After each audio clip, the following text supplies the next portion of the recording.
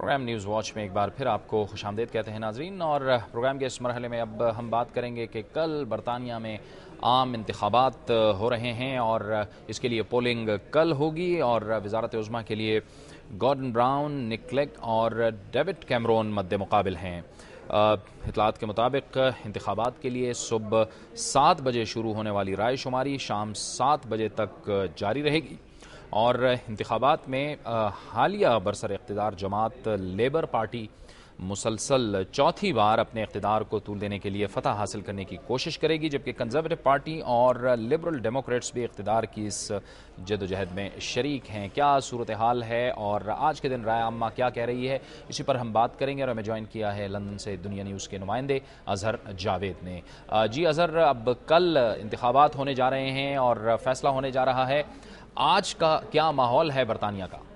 جاوید، یہاں پہ انتخابی مہم تقریباً ختم ہونے والی ہے اور اب چند ہی گھنٹے رہ گئے ہیں پولنگ سٹارٹ ہونے میں۔ برطانیہ کی تینوں بڑی سیاسی جماعتیں جو ہیں وہ اپنا آخری زور لگا رہی ہیں اور کوشش کر رہی ہیں کہ آخری ٹائم پر ووٹرز کو قائل کیا جا سکے۔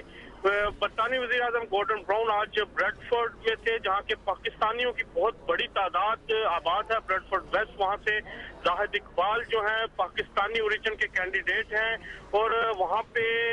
وہ کنزرویٹو پارٹی کی طرف سے الیکشن لڑے۔ یہ ایک لیبر کی محفوظ سیٹ سمجھی جاتی رہی ہے یہاں سے بریڈ فورڈ سے، جہاں سے مارشا سنگھ کامیاب ہوتے رہے ہیں، لیکن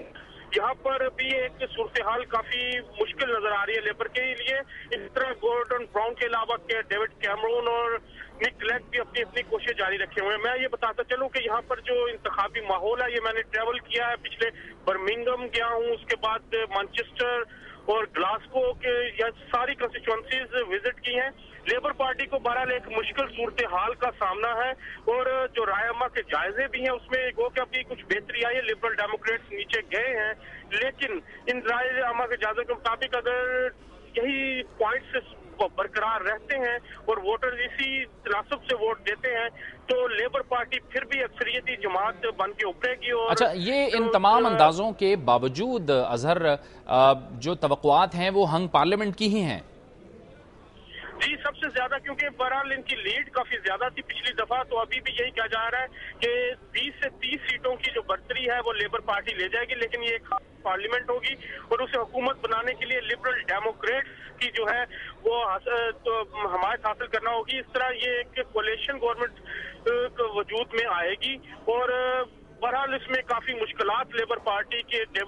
گورڈن براؤن کی جو انتخابی مہم ہے ان کو کافی مشکلات کا سامنا کرنا پڑا،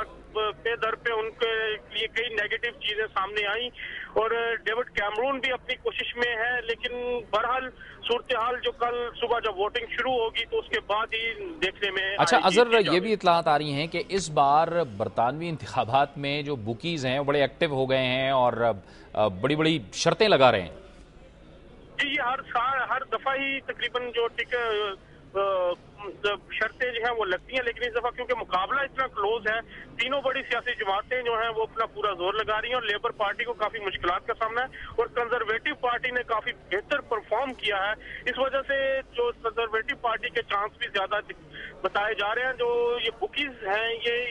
ان دنوں میں ان کا یہ گولڈن ٹائم ہوتا ہے، اس کے حوالے سے اس لیے کافی شرطیں جو ہیں وہ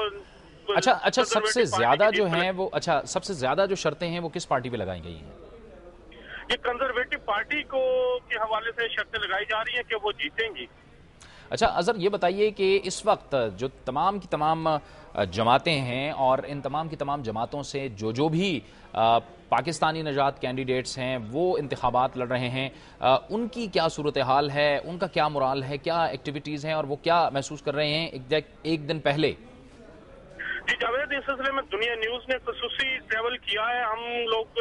یہاں سے سب سے پہلے برمنگھم میں، جہاں پہ کافی بڑی تعداد پاکستانی اور کشمیریوں کی آباد ہے، وہاں سے شبانہ محمود، جو barrister Shabana Mahmood labour party کی طرف سے الیکشن لڑ رہی ہیں، وہ ایک ان کی کامیابی کے کافی واضح چانسز ہیں۔ ان کے مقابلے میں بھی پاکستانی نژاد ایوب خان، بیرسٹر ایوب خان ہے، وہ لبرل ڈیموکریٹس کی طرف سے امیدوار ہے۔ اس طرح دو پاکستانی اس حلقے میں ایک آمنے سامنے، جبکہ کنزرویٹو کی طرف سے بھی ایک پاکستانی کو ہی ٹکٹ دیا گیا، کیونکہ یہاں پہ کشمیری بہت زیادہ ہے۔ اس کے علاوہ یہاں سے اس کے ساتھ ہی برمنگھم کے ایک حلقے سے